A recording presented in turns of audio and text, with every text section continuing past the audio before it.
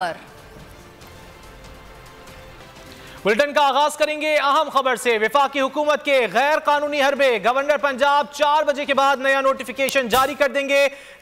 राना सनाउल्लाह की जानिब से बयान दिया गया है, नए नोटिफिकेशन के बाद परवेज इलाही वजीर आला नहीं रहेंगे। गवर्नर पंजाब वजीर आजम को कह सकते हैं कि गवर्नर राज लगाया जाए। परवेज इलाही के जाने के बाद हमारे वजीर आला हमजा शहबाज होंगे। राना सनाउल्लाह की जानिब से यह बयान दिया गया है। वफाकी हुकूमत के गैर कानूनी हरबे गवर्नर पंजाब 4 बजे के बाद नया नोटिफिकेशन जारी। राना सनाउल्लाह की जानिब से यह बयान सामने आया है, नए नोटिफिकेशन के बाद परवेज इलाही वजीर आला नहीं रहेंगे। गवर्नर पंजाब वजीर आजम को कह सकते हैं कि गवर्नर राज लगाया जाए। परवेज इलाही के जाने के बाद हमारे वजीर आला हमजा शहबाज होंगे। राना सनाउल्लाह की जानिब से यह बयान सामने आया है। गवर्नर पंजाब 4 बजे के बाद नया नोटिफिकेशन जारी कर देंगे।